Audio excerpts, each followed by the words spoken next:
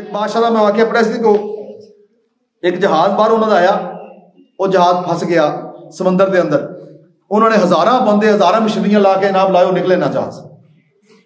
وہ بادشاہ نے وزیر کو پوچھا بھی یار ہن کی کریے، جہاز بڑا قیمتی سامان ہے، وہ بڑے معاملات نے، تو وہ اگر اتنے پڑیا تو سارا سامان بھی خراب ہو جائے گا، جہاز بھی تباہ ہو جائے گا، انہوں کس طرح کنارے تے لیا۔ اس نے آخیا بھی تیری حوالہ چ کوئی مسلمان بند ہے؟ مسلمان ہے گا نہیں؟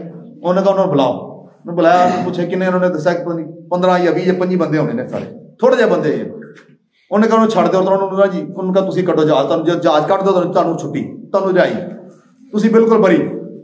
لیکن انہوں نے ٹوکنا نہیں، انہوں نے کہا ٹھیک ہے، انہوں نے آئے، انہوں نے ہاں جی، انہوں نے کہا جی جہاز ساڈا پھسیا فلاں جگہ، وہ کٹ دیو تو تمہیں چھٹی، تسی چھٹے چڑھائے۔ انہوں نے کہا ویکھ لو، انہوں نے کہا چل چھٹی۔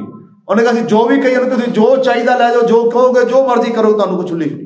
انہوں دیوانیاں نے جا کے نا جس طرح نعرے لائے سی لبیک، انہوں نے کہا شروع ہو جاؤ بھی بندے ہو، نعرہ تکبیر اللہ اکبر، نعرہ رسالت یا رسول اللہ۔ بس جدو نعرہ لایا نا جی اللہ دی مدد آئی، وہ 15-20 بندے جہاز کھچ کے باہر لائے۔ بس مسلمان دے کول نہیں اسلحہ نہیں ہونا چاہیے، مسلمان ہونا چاہیے لیکن انہوں نے مار نہیں کرنا چاہیے۔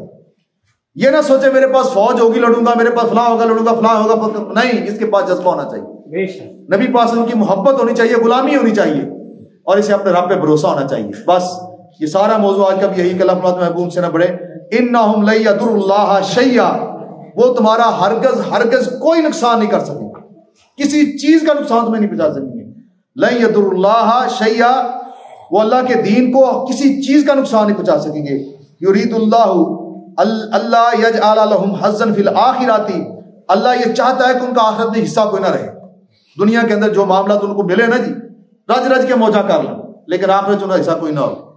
جتنے لوگ آج، جتنی جماعتیں، جتنے آج کفر والے سارے اکٹھے ہیں نا جی، یہ جتنی ان پہ جو مہربانی ہے اس لیے کہ اللہ فرماتا ہے کہ سارے کے سارا ان کا کھاتا پورا ہو جائے، ساری ان کی جو سابقہ کو نیکی کی بھی ہے نا جی وہ حساب برابر ہو جائے، آخرت میں ان کا کوئی حصہ نہ رہے۔ وَلَهُمْ عَذَابٌ عَظِيمٌ، اور ان کے لیے بہت بڑا عذاب اللہ نے تیار کیا ہوگا۔ اس لیے ہمارے لیے بس صحیح نمونہ یہی ہے کہ جب بھی اللہ اس کے رسول کی بات آ جائے، دین کی بات آ جائے، تو ہم نے وسائل کی طرف نہیں دیکھنا، معاملات کی طرف نہیں دیکھنا، ہم نے اپنے اللہ اور اس کے رسول کی تابعداری کی طرف دیکھنا ہے اور اسی کو لے کر چلنا ہے۔ انشاءاللہ کبھی بھی کسی میدان میں مسلمان جو ہے وہ مار نہیں کھائیں گے، کبھی بھی نہیں ہو سکتا کہ ان کے لیے کوئی مشکلات آئیں۔